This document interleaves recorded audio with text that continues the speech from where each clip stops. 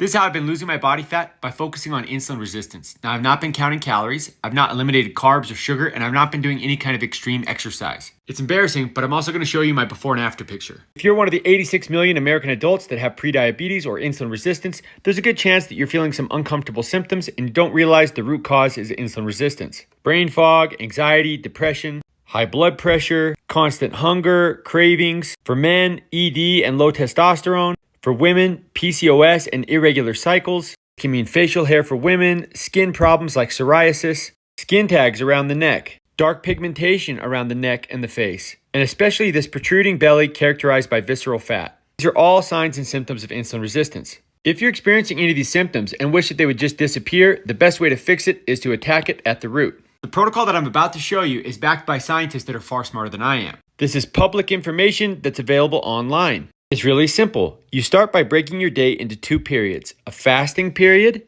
and a feeding period. You're fasting, you're not starving. You're just switching fuel sources. You're burning body fat for fuel.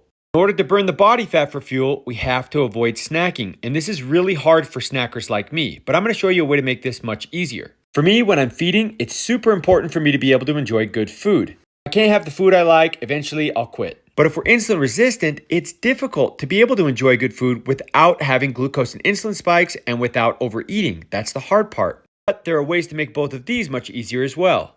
This is what it looks like. Typically, we have breakfast, lunch, and dinner, right? Pick one of these three meals to eliminate. For most people, eliminating breakfast is the easiest one. That's because our hunger hormone, ghrelin, is lowest in the morning. By fasting through breakfast, we are burning body fat for fuel. This is an automatic caloric deficit. When we're fasting, insulin levels are low, which allows us to regain some insulin sensitivity. And by eliminating breakfast, we're also saving the money that we would have spent on breakfast. When it comes to lunch and dinner, we want to enjoy lunch and dinner. We also want to avoid the glucose and insulin spikes and avoid overeating. To do this, we prioritize protein and fiber. Protein and fiber are very satiating. They fill us up. They've got a super high satiety per calorie. Fiber is like a superhero. Fiber helps control blood sugar, insulin, cholesterol, triglycerides. It's also extremely filling and helps with weight management. But almost every single person in this country is fiber deficient. But what I do is I take this $5, I use it on something that makes avoiding snacking much easier and makes these much easier.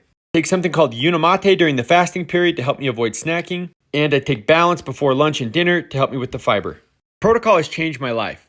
I've got crazy stories on my page for people who have been following the protocol.